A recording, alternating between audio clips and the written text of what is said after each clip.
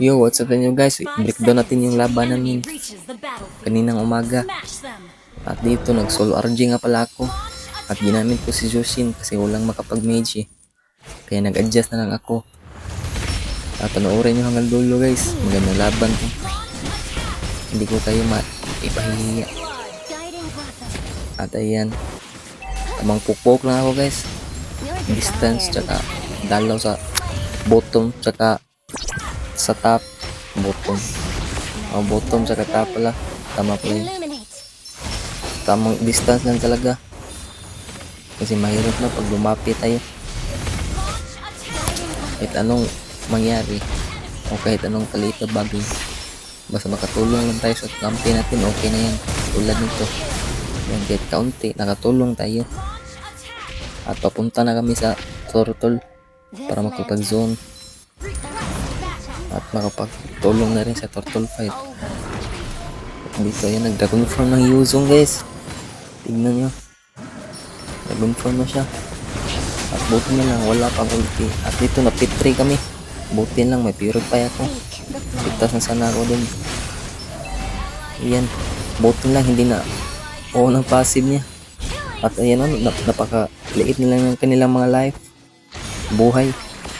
Hindi pa talaga nabigyan. Kami pang naubos. Sabi ni Lucas wala daw siyang ulti. Kaya dito ay tamang zone lang ako.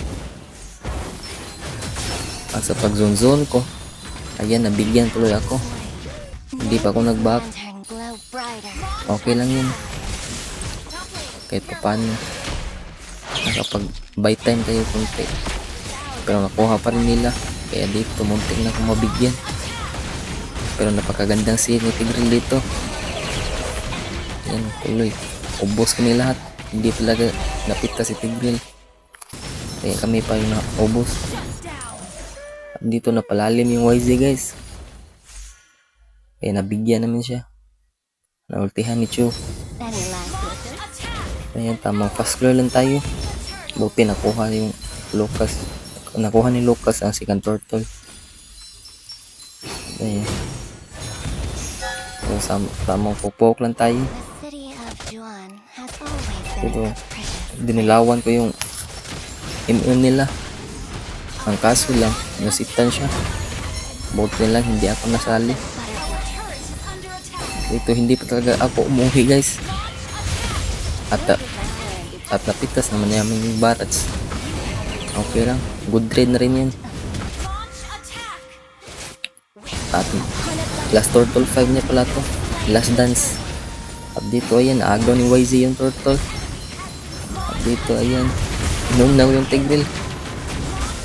Ayan, at pitas namin sila, naubos namin sila. Tapos si Barats, kinain niya yung backsya namin.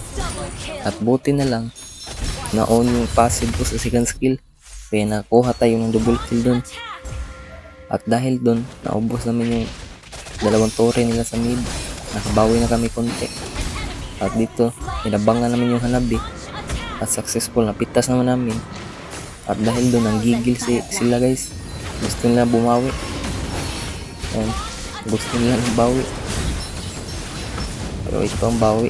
Ayan, naka-purify tayo. Ayan, tamang ok-okan talaga. Tapos distancing lang. At dahil doon, naubos namin sila. Naka triple kill si Lucas. Nakala ko mag-lord na sila, kaso hinabol pa talaga nila yung Barats. Kaya nakaminyak siya. At first lord, nakagwa namin kasi hindi na-def na kalaban. At dito, nag-ulti na ako. Hindi ko alam kung bakit nag-ulti ako. At dito, ayan, napakaganda oh. Pag may sitter, ubusan na yun. Kaso wala eh. Yan, mga distancing lang, social distancing. At dito na nagkamali ako ng ulti. Sakto pagka ulti ko, nistahan ako.